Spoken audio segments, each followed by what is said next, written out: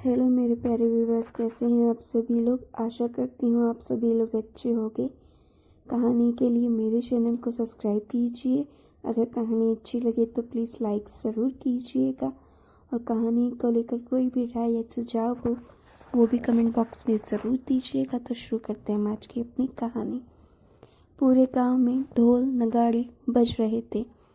क्यों नहीं होता, संजय गांव का पहला आदमी हुआ था जिसका देश के प्रतिष्ठित प्रशासनिक सेवा में चयन हुआ था।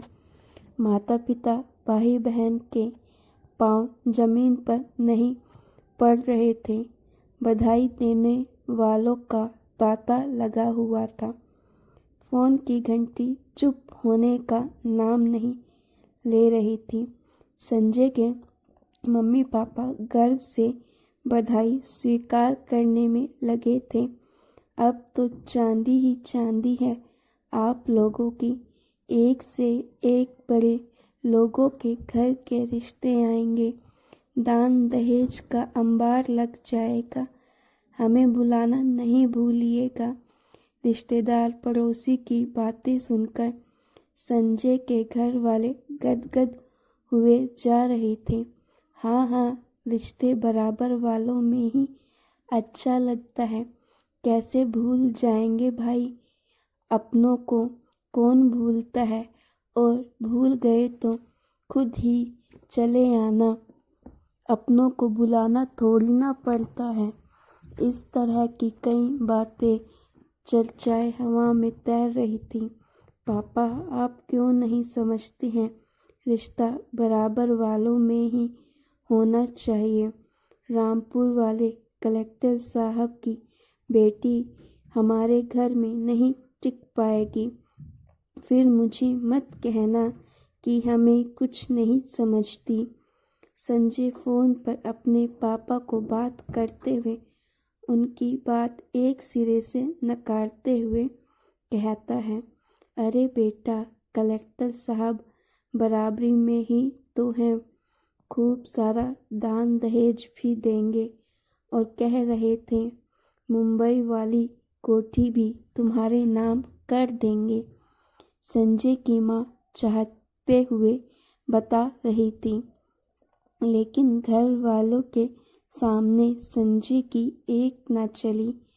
पोस्टिंग के साथ साथ जीवन में पति के रूप में भी उसकी पोस्टिंग हो गई।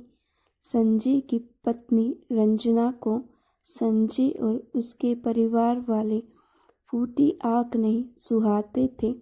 गवार हैं गवार। सब आपने क्या देखा जो इन लोगों के यहाँ मेरा विवाह कर रहे हैं। रंजना अपने माता पिता को बोली, तुम्हें कौन सा उन लोगों के साथ रहना है। इतना दान दहेज के बाद पूरा घर तुमसे दब कर रहेगा। समझा बुझाकर कलेक्टर साहब ने रंजना को संजय के साथ विवाह के लिए मना लिया, जिसका नतीजा था कि रंजना की नज़रों में संजय का ना कोई अस्तित्व था और ना ही कोई उसकी इज्जत।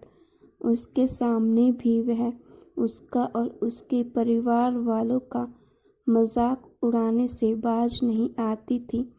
कितने महंगे महंगे कटलेरी सेट पापा ने दिए हैं, फिर भी तुम क्या गवारों की तरह हाथ से खा रहे हो।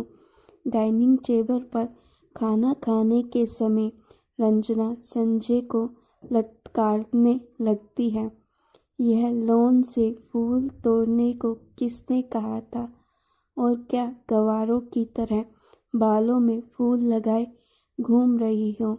गवार के घर गवार लोग ही जन्म लेंगे ना। जिंदगी ही खराब हो गई मेरी। संजय ने बड़े शौक से अपने बड़े घर में रहने के लिए घर वालों को आमंत्रित किया था, और रंजना किसी को अपमानित करने का कोई मौका नहीं छोड़ती थी। कई बार संजय ने उसे समझाने की कोशिश की। बगल की कोठी में रहने वाले उसके माता पिता को बताने की कोशिश की थी, लेकिन पति पत्नी का मामला कहकर रंजना के माता पिता हमेशा हाथ खींच लेते थे। संजय के माता पिता संजय से भी कोई शिकायत नहीं कर सकते थे, क्योंकि संजय के बार बार मना करने के बावजूद यह सब उन्हीं की जिद का ही परिणाम था।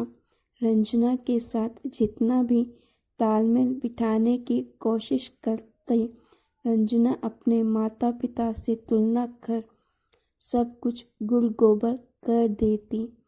उस घर में संजय का परिवार खुद को अलग अलग ही महसूस करता, इसीलिए अब उन्होंने लौटने का मन बना लिया था।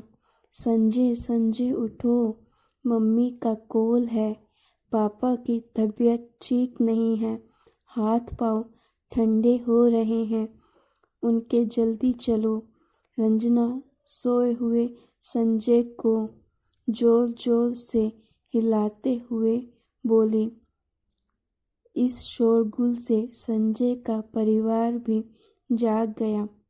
मामले की नज़ाकत भांपते हुए संजय और रंजना के साथ हो लिए।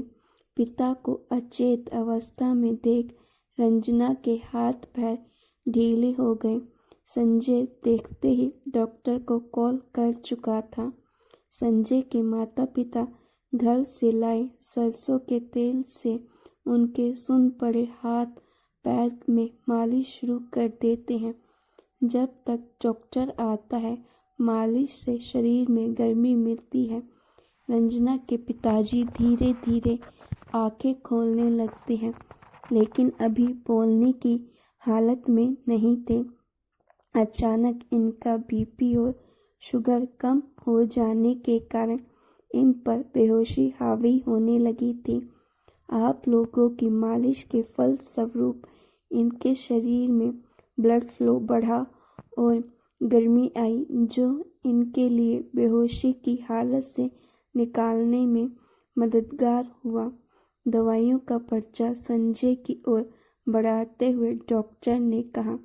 डॉक्टर की बात सुनकर रंजना और उसकी मम्मी शर्मिंदा होते हुए खड़ी रही।